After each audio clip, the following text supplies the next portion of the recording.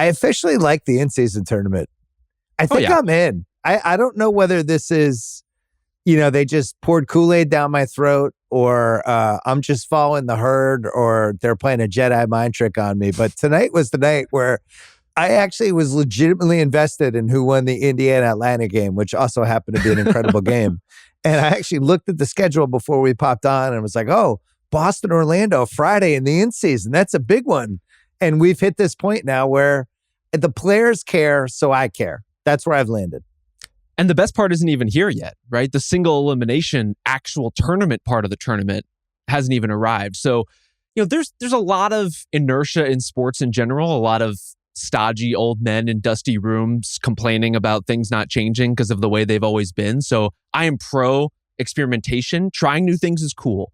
LeBron caring about these games is cool. Michael Imperioli is cool. Like I'm down for every element we've gotten of this so far. And again, the best is yet to come in terms of what these games are going to actually look like when, elimination is on the line. You know what I realized, especially watching the games today?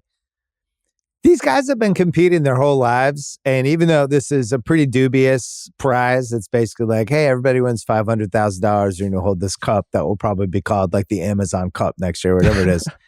It's still winning something. These guys are all still competitive. They're on a plane every night. They're playing cards. They're playing video games. They've been competing their whole lives. And this is just another thing.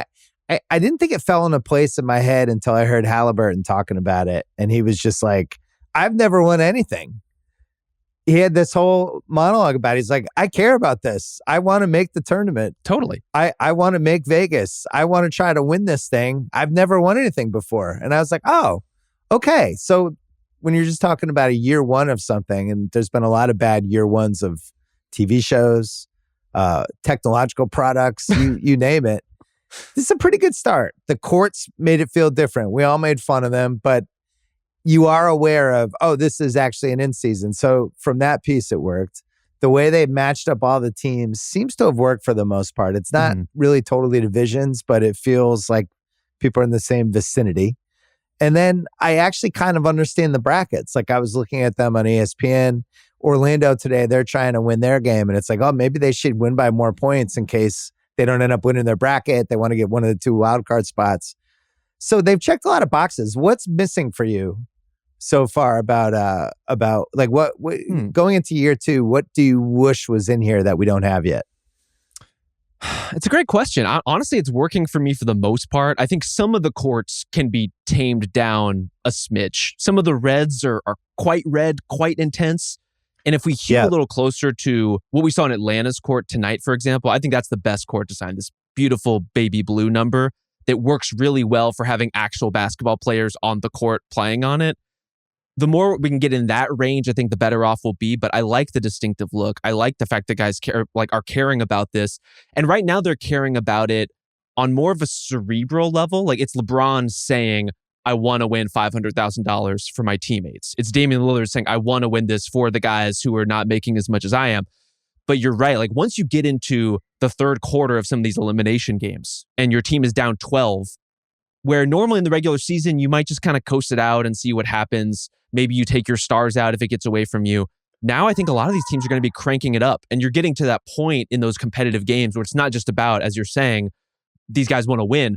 They really don't want to lose. They really don't want to lose. And the fact that I think we have the currency of attention on the tournament right now, right? There is a lot of push media-wise, advertising-wise to make this a thing. And the more the league succeeds in getting people to care about this on the outside, the more it's going to feel like a real lost opportunity for the guys and the teams who get eliminated. Yeah, and I thought Doc Rivers, that was when I started to get sucked in when he was talking about it in my podcast last week and explaining from a coach's perspective why he liked it and how it's just added stakes that now you can test your team in certain ways and cut your rotation and do things to kind of prepare yourself for what it's going to look like in April. So that part's fun. I think when we get to Vegas, you think like this was a league that just stopped mattering in December for the most part, unless somebody scored 60 points or, there was a really awesome Friday ESPN game or something. But for the most part, there was talk 2 years ago, like, should we just start the season on Christmas? And should we just, remember, like everybody was like, why doesn't the NBA matter more the first 8 weeks. Like, why does it feel like the season starts on Christmas? I think the league was terrified. You look at some of the stuff that they've done the last couple of years, where even moving the TNT games to Tuesday nights just to avoid the NFL completely. It was a league that was a little bit on the ropes here this first part of the season. And now the Vegas thing will be something. Everyone's going to care. I feel like all the NBA people will be there. And I feel like we sound like we're drinking the Kool-Aid, but I was fully prepared to be shitting on this and like, oh, this didn't work. What should the stakes be? I think if I had to add one thing, I think it would be cool if the team that won was guaranteed a playoff spot. Yeah. So, and whether that's the 6th seed. So let's say Indiana actually wins this whole thing and you're just guaranteed no lower than the 6th seed. That's something. Now you're really playing for something. Maybe that means less to the Celtics because the Celtics know they're going to be good. Sure. But I think for some of the other teams like in Orlando, like in Indiana, that's a real thing. You're going full tilt now for that. If they guaranteed the 8th seed, that's not bad either. And maybe you say the play-in is for 7 seed only in one of the conferences. Like there's ways to rig that. But I wish they added that stake. Are you for or against that? I'm for maybe a modified version of that. I think what I'd like to see is maybe you get a bump up from wherever you end up. So if you're in the bottom 4 of the standings, you're automatically in the play-in. If you end up in the play-in, you're automatically guaranteed a top 8. Oh, that's good. Yeah. You know, if you're and if you're a top 6 team, maybe you're guaranteed home court advantage for a certain number of rounds or a certain number of opponents.